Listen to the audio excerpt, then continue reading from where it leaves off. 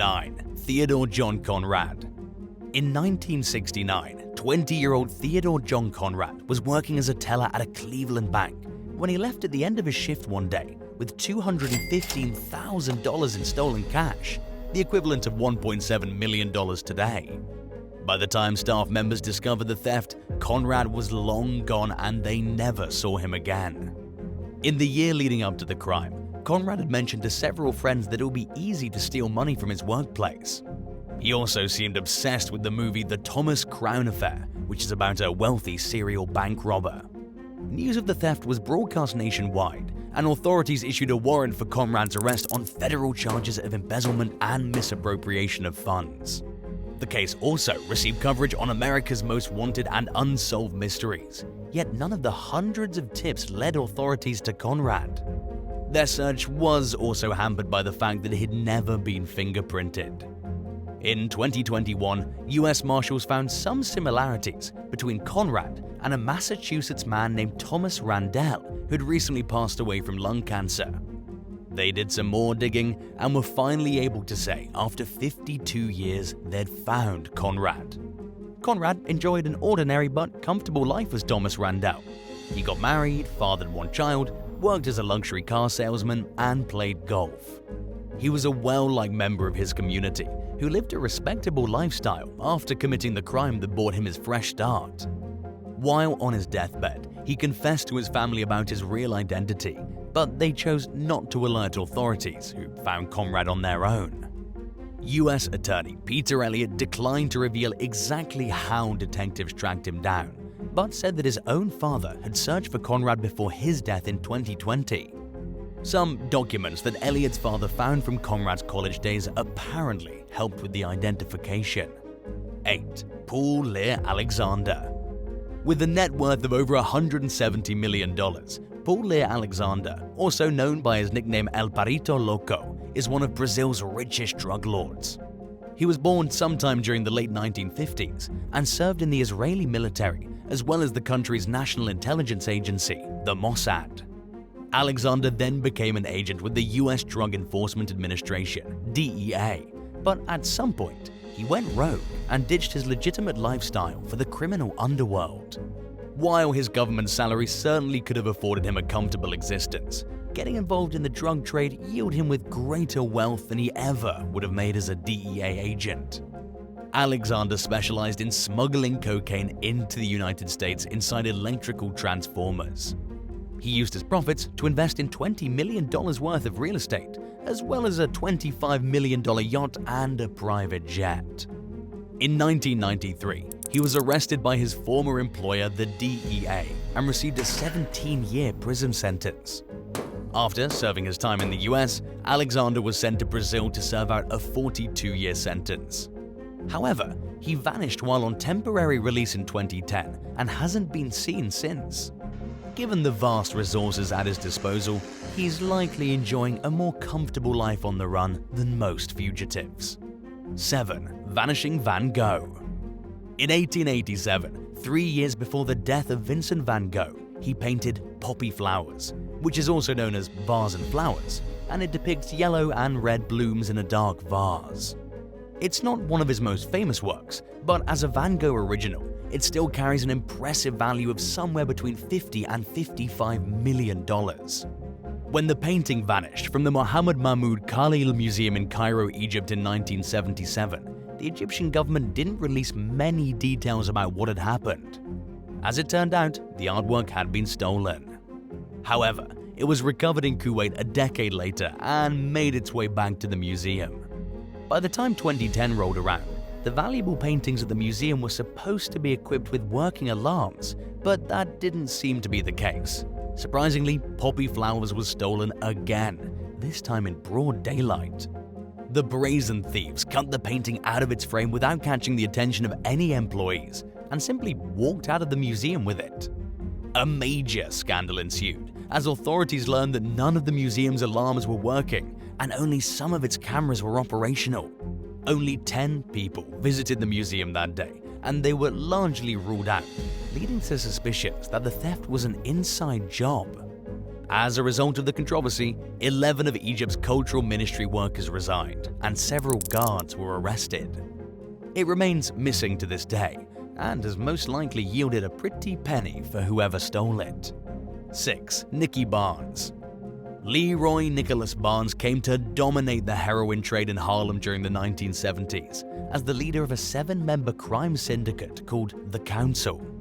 He eventually partnered with the Italian-American Mafia and expanded the reaches of his distribution network all throughout New York State and into Pennsylvania and Canada. In addition to having dozens of mid-level and street dealers working beneath the organization's leaders, the council hired contract killers to deal with its rivals and enemies. At the peak of his career, Barnes was worth an estimated $50 million. By then, authorities had caught on to his role as a drug kingpin, but had trouble getting any charges to stick, earning him the nickname of Mr. Untouchable.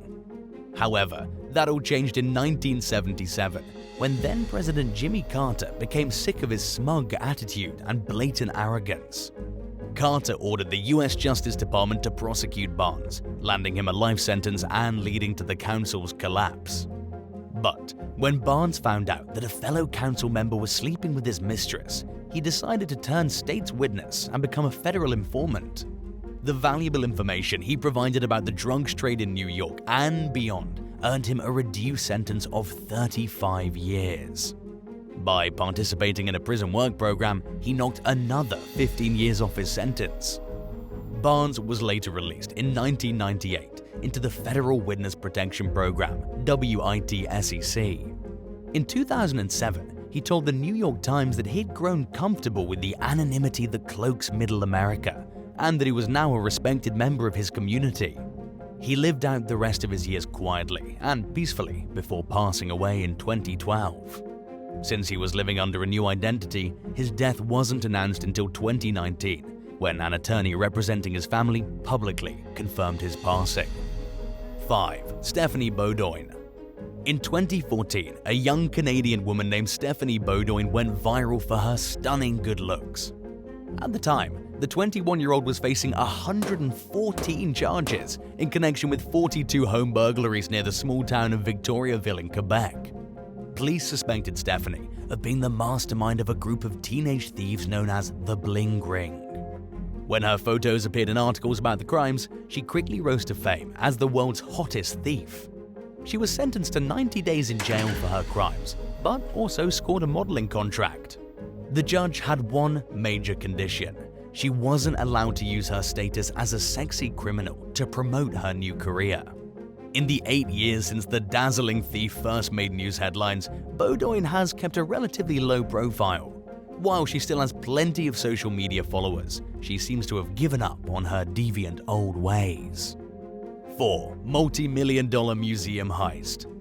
During the early hours of March 18, 1990, 2 men disguised as police officers approached security guards at the Isabella Stewart Gardner Museum in Boston, Massachusetts. They claimed they were there in response to a call, so the guards let them in, only to be tied up the moment the men gained entry into the building. For the next hour, the thieves systematically removed 13 pieces of artwork with an estimated collective value of over $500 million. This heist soon became known as the largest ever recorded theft of private property. The stolen works included pieces by Degas, Manet, Rembrandt, and other historically renowned artists. During the early 2000s, some of the stolen paintings were put up for sale in Philadelphia, leading detectives to suspect that the thieves were members of a criminal organization based in the Mid-Atlantic states and New England. But the culprits remain at large, and none of the paintings were ever recovered despite the efforts of the FBI and international authorities. Boston gangster Bobby Donati and a Hartford, Connecticut gangster named Robert Gentile are both suspected of participating in the heist. However, these leads are unlikely to go anywhere. Donati was murdered the year after the robbery, and Gentile denies any knowledge about it. The empty frames remain on the museum's walls in homage to the stolen works and as reminders of their hopeful return. 3. Kehinde Patterson. In 2006, a group of heavily armed thieves pulled off the largest cash heist in British history.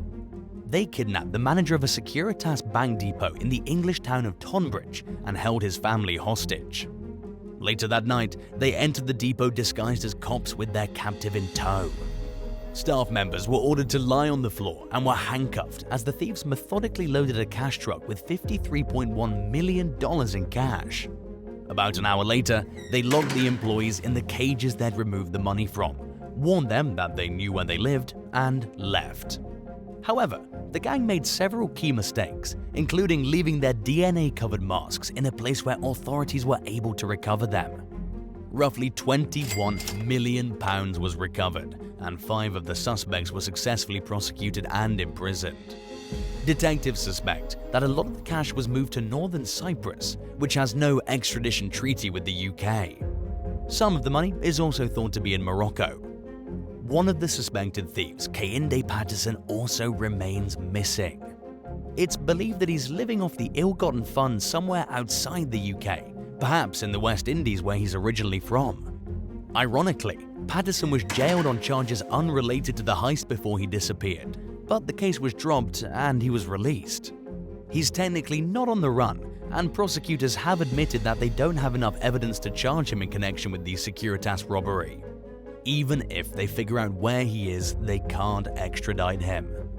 However, they remain highly suspicious that he was a key player in the crime, and that he's benefiting from the spoils unlike his co-conspirators.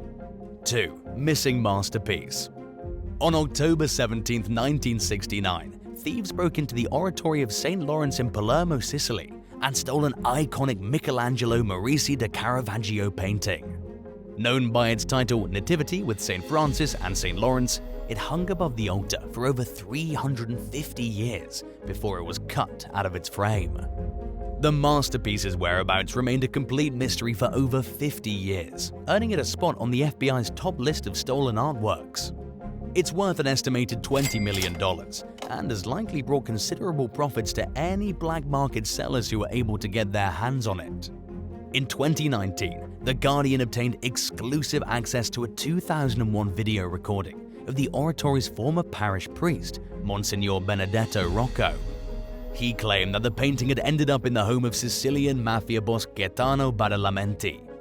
In the footage, Rocco said that Badalamenti had tried to extort the church in exchange for the artwork's return. He explained to the film's director Massimo D'Anolfi that he received a letter a few months after the theft, ordering him to publish a certain ad in the newspaper that signaled he was ready to negotiate.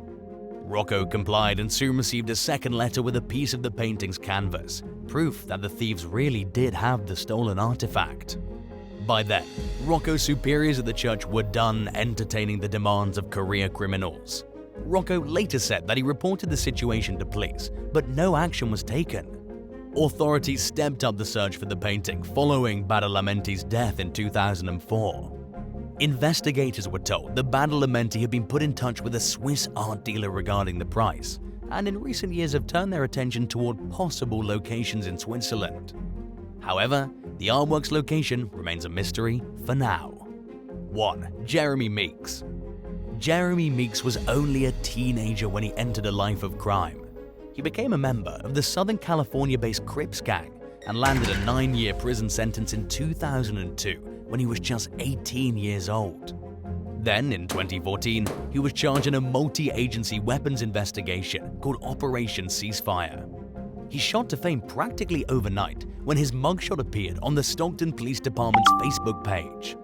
Women swooned over his piercing blue eyes and model-like features, earning him the nicknames the Blue-Eyed Bandit and Jail Bay.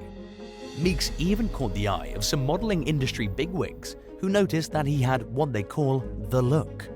When Meeks was released from prison 2 years later, the world hadn't forgotten about him. He landed a multi-million-dollar model contract and his life changed completely. With his criminal past behind him, Jeremy's new reality involved traveling the world, walking on runways for big-name designers, and rubbing elbows with the rich and famous. He dated the daughter of a billionaire, launched a fashion line in his own name, appeared on magazine covers, and most importantly, has been able to give his kids a much better childhood than he had. If you had to choose, would you rather accept a hefty bribe from career criminals in exchange for refusing to talk to police, Or would you report what you know to law enforcement and enter witness protection? Let us know in the comments below, and while you're at it, hit that subscribe button.